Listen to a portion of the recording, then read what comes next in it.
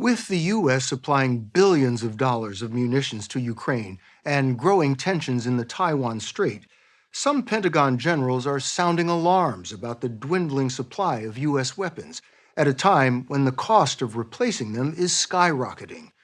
We wondered why the Pentagon is finding it hard to procure weapons it needs at a price taxpayers can afford. A 6-month investigation by 60 Minutes found it has less to do with foreign entanglements than domestic ones, what can only be described as price gouging by U.S. defense contractors. The story will continue in a moment. The gouging that takes place is unconscionable. It's unconscionable. Perhaps no one understands the problem better than Shay Assad, now retired after 4 decades negotiating weapons deals. In the 1990s, he was executive vice president and chief contract negotiator for defense giant Raytheon. Then he switched sides. What we will ensure... Under Presidents George W. Bush, Barack Obama, and Donald Trump, Assad rose to be the Defense Department's most senior and awarded contract negotiator. The Pentagon, he told us, overpays for almost everything. For radar and missiles, helicopters, planes, submarines, down to the nuts and bolts. This, Bill, is an oil pressure switch that NASA used to buy.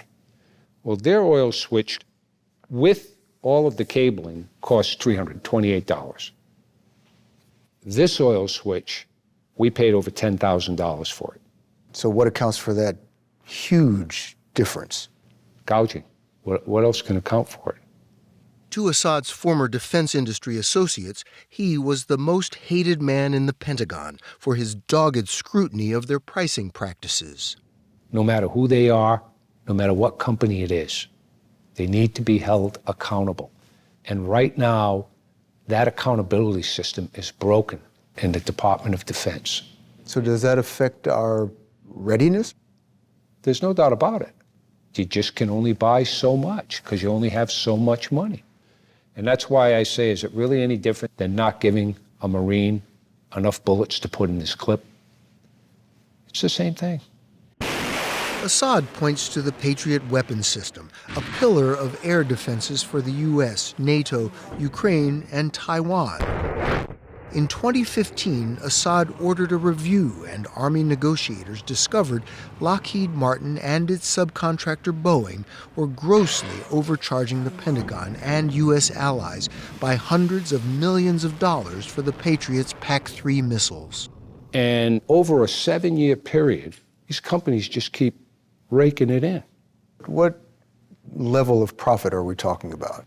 Well, if the average profitability that was negotiated in a firm fixed price contract was typically between 12 and 15%. So a company can make 12. That's a good profit. Sure.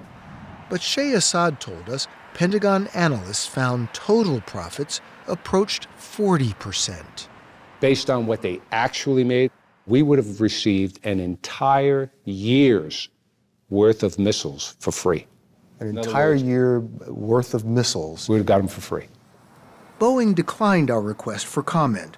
Lockheed told us we negotiate with the government in good faith on all our programs. But after the review, the Pentagon negotiated a new contract with the company, saving $550 million. Well, that's how you become the most hated man in the Pentagon. When you say, no, we're actually going to pay attention to this. Army negotiators also caught Assad's former employer, Raytheon, making what they called unacceptable profits from the Patriot system by dramatically exaggerating the cost and hours it took to build the radar and ground equipment. You called Raytheon on the carpet? Yes, I did. Of course, I reported that information up the chain. But then I went to the Inspector General, and I also went to the Defense Criminal Investigative Service. And I said, I want this looked into. Raytheon told us it is working to equitably resolve the matter. And in 2021, CEO Gregory Hayes informed investors the company would set aside $290 million for probable liability. I will say this is an ongoing investigation by DOJ. We think these were one-off events that occurred, should not have occurred, but they did. One-offs? No, it's not one-off. And it's not one-off with a lot of companies. A Department of Defense study released last month found major contractors flush with tens of billions of Pentagon dollars to hand out to shareholders. We have to have a financially healthy defense industrial base. We all want that. But what we don't want to do is get taken advantage of and hoodwinked. And the U.S. has nowhere else to go. We have nowhere else to go. For many of these weapons that are being sent over to Ukraine right now, there's only one supplier. And the companies know it. It wasn't always like this. The roots of the problem can be traced to 1993, when the Pentagon, looking to cut costs, urged defense companies to merge. 51 major contractors consolidated to 5 giants. The landscape has totally changed. In the 80s, there was intense competition amongst a number of companies. And so the government had choices. They had leverage. We have limited leverage now. The problem was compounded when the Pentagon, in another cost-saving move, cut 130,000 employees whose jobs were to negotiate and oversee defense contracts.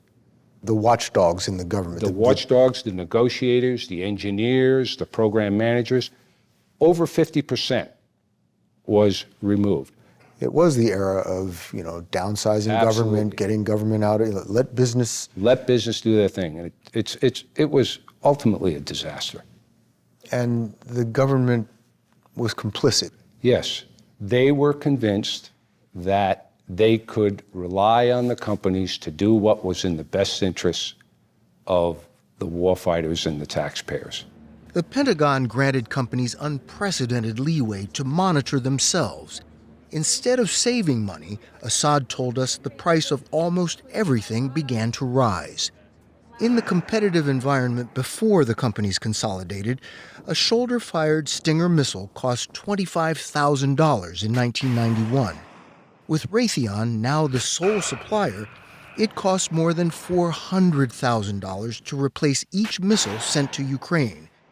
Even accounting for inflation and some improvements, that's a 7-fold increase.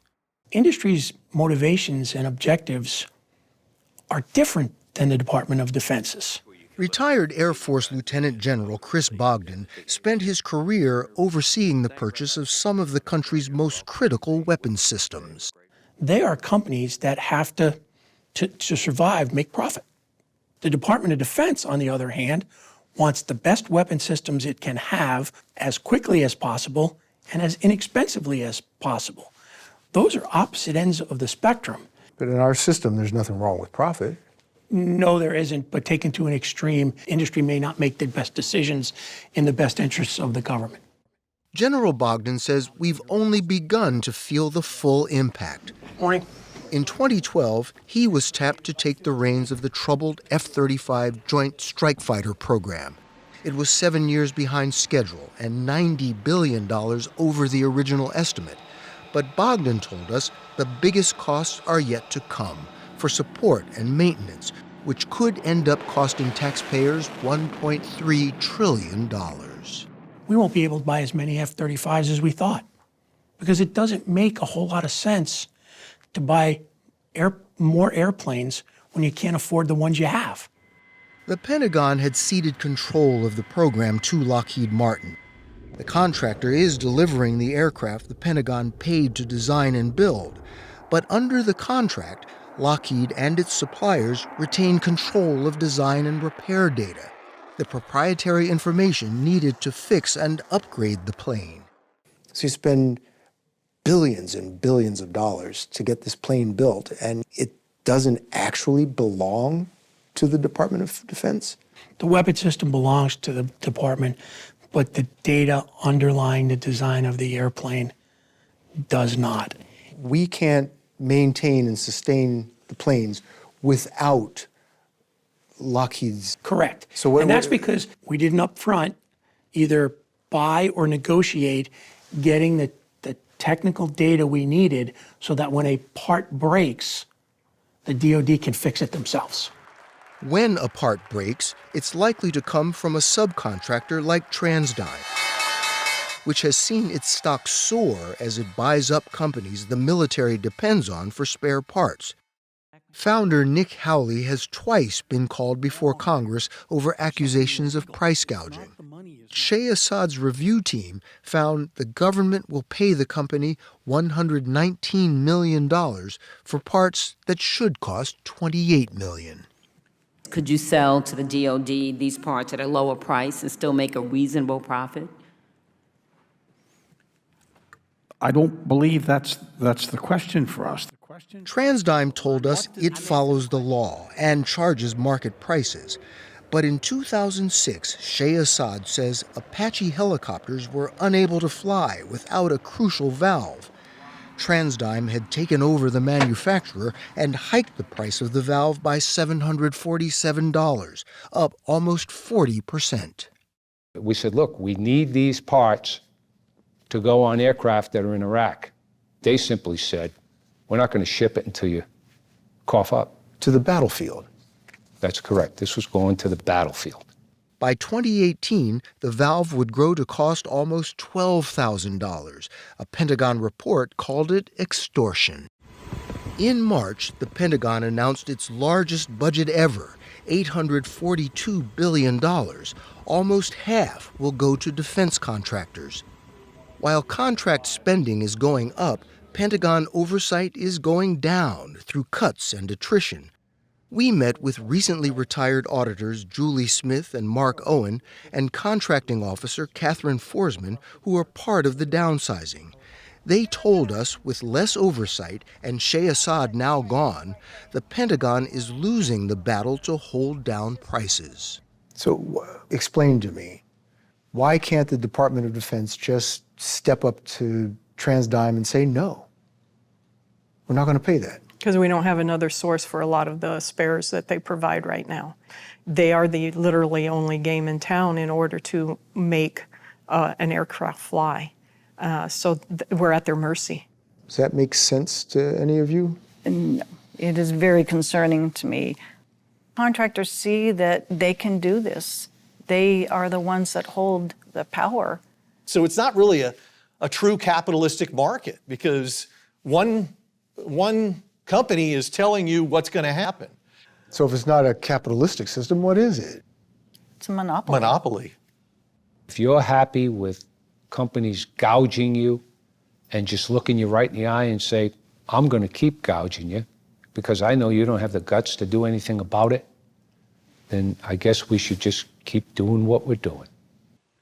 In reporting this story, the Defense Department allowed 60 Minutes some background interviews with analysts, but ultimately decided not to provide anyone to speak on camera.